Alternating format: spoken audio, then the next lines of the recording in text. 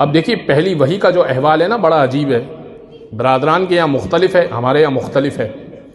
برادران کا احوال یہ ہے کہ جب پہلی وحی اتری 5 آیتیں، تو جبریل آئے اور آنے کے بعد کہا کہ اقرا پڑھیے، اور ختمی مرتبت نے کہا کہ میں پڑھ نہیں سکتا. تو نبی کا دل کو پہلے سینے کو چیرا، نبی کے دل کو نکالا، اس پہ ایک سیاہ نقطے کو پایا.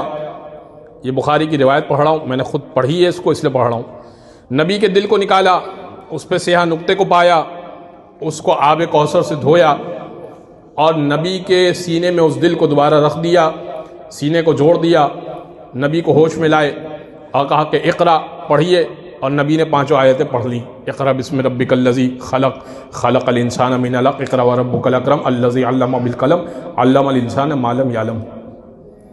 نتیجہ یہ دیا کہ جبریل ہیں نبی کے استاد. بس نتیجہ تو یہی نکلے گا، جبریل ہے نبی کے استاد. اب ذرا بخاری کے پنوں کو پلٹیے اور معراج کے صفحے پر چلے جائیے.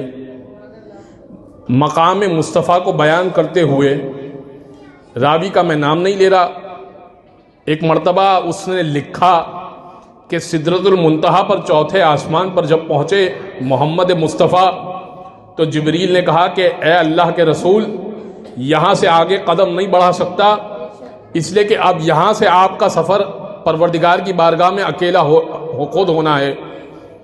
اور یہ بھی لکھا کہ نبی اس وقت نالین کے ساتھ تھے، تو جو نالین کے برابر نہ ہو سکے